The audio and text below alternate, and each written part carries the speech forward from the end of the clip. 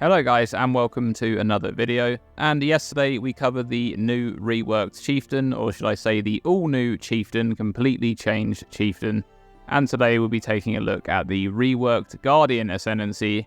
And once again, I'm not really going to be comparing the Guardian to the old version of this Ascendancy because I don't really think that's very useful. As I said in the other video, I don't think the old Ascendancies are coming back anytime soon.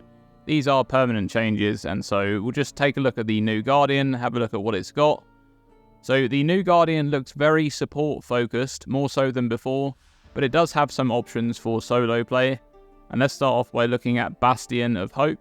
This is a great defensive node now. If you've attacked recently, you and nearby allies have 25% chance to block attack damage. And if you've cast a spell recently, you and nearby allies have 25% chance to block spell damage. So regardless of build type, let's say you're playing some kind of caster build, you can make use of Shield Charge or Leap Slam, along with your primary spell to keep both buffs up all the time.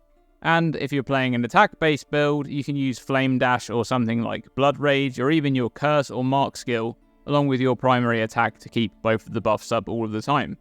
So this is going to allow Guardian builds to invest further into block, and this Ascendancy is probably going to have the easiest time capping pure spell and attack block now out of all of the classes, and you can make use of Tempest Shield along with the normal base block on a shield, and you'll already have around 50% of each block along with this notable, and the rest can be made up through gear or on the passive tree, or you could make use of some recover on block mechanics along with glancing blows.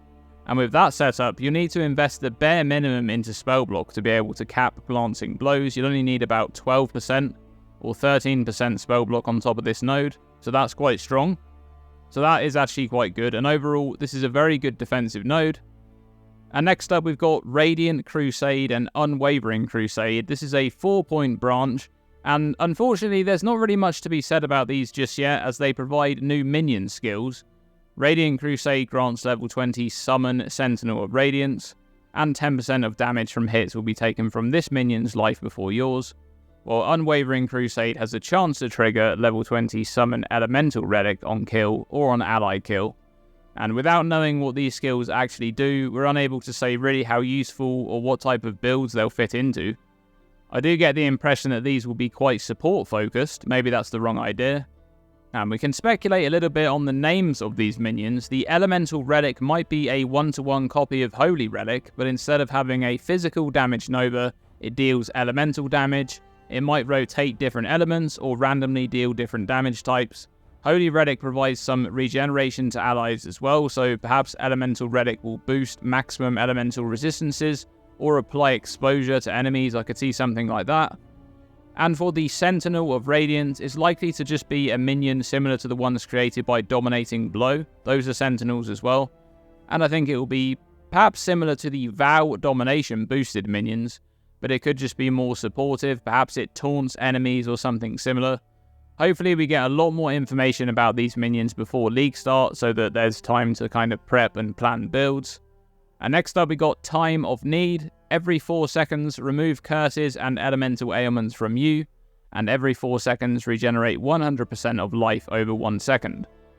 I think the cleansing of curses and elemental ailments every 4 seconds is generally quite weak, as 4 seconds is just such a long time. If you're running around with a big shock on you, for example, or some curses that are making you take more damage, well, there's the chance that this procs right at the perfect moment and they're removed right after being applied, but realistically that's not going to happen. So you're just going to need some other defenses to be able to deal with curses and elemental ailments like Floss or Pantheon choices. But the regenerate 100% of life over 1 second is quite good, especially with Calm's Spirit unique gloves, assuming they're not nerfed this patch. As with 5,000 maximum life, you'd be regenerating 50 rage every 4 seconds with this combination, which is very strong. And if we're looking at this modifier outside of the usage with Calm's Spirit, again, it's just not very reliable as a form of health recovery, and there's always the chance that you recover your life from this notable at the perfect time right after you take a big hit of damage, but realistically, again, that's not really going to happen and you need another way to recover life. So in general, I'm not a fan of these every 4 second nodes. I think they're not that powerful and not very reliable. And next up, we've got Radiant Faith.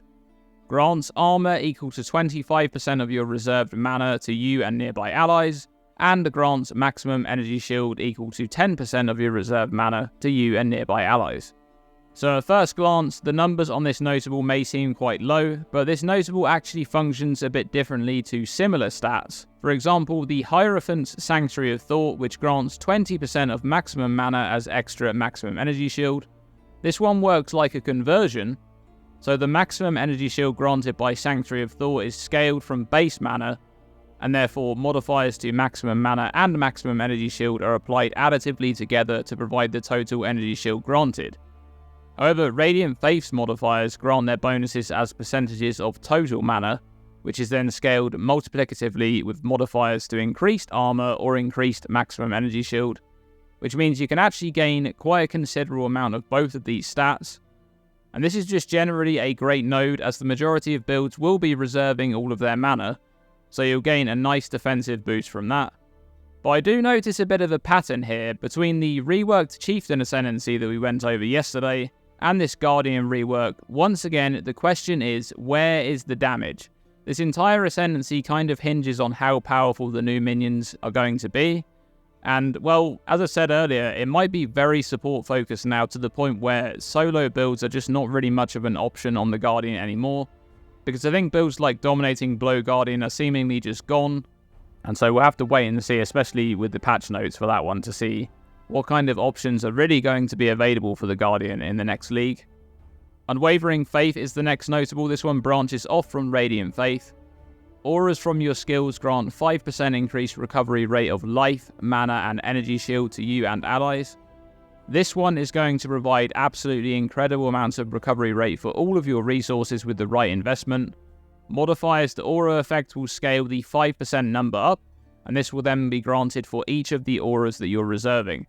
So on some aura bot builds, you could scale this 5% up to 10% with aura effect, and run maybe 10 or 15 auras. You're looking at 150% increased recovery rate for life, mana and energy shield, which is quite incredible, especially considering that recovery rate is generally quite a rare stat, and obtaining large amounts of it is not easy.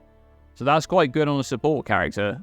And lastly, GGG actually did it. They've added Link support to an Ascendancy. Several leagues ago I wondered if Link skills would be canned altogether, but last league, with the changes to masteries and the new Link clusters on the tree, and all the Link related uniques, I think they're doubling down on the concept.